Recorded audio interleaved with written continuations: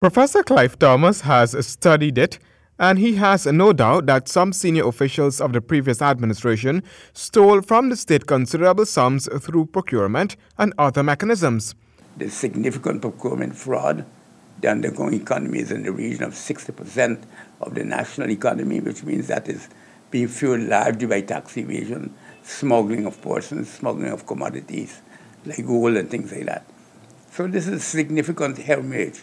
There was also a significant capital flight. Hundreds of billions of dollars, Guyanese dollars, was parked overseas. It's all problems like these, according to the director of the State Assets Recovery Agency, Sara, that the agency has to tackle at the same time. The director of the agency related that there are some leading non-governmental persons who are putting the agency under pressure and are themselves guilty of wrongdoings.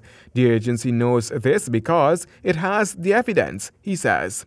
Well, then why wouldn't Sara come out and say, well, look, this is it? Well, we have a legal procedure. We can't just say, for example, that X has this and that overseas. You're talking about this, but then if you look at the file and say, well, we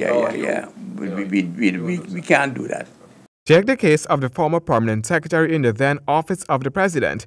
According to Dr. Thomas, Soko has unearthed over $28 billion in his account. How does one account for all that money? It boggles the imagination, so it doesn't require a case to ask questions about what has been going on.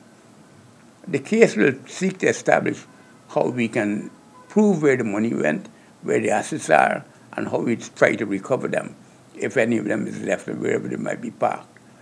But obviously the incongruity between a person earning less than $500,000, around $500,000 a month, and having $29 billion dollars passing through his accounts in 5 years must strike you as incredible.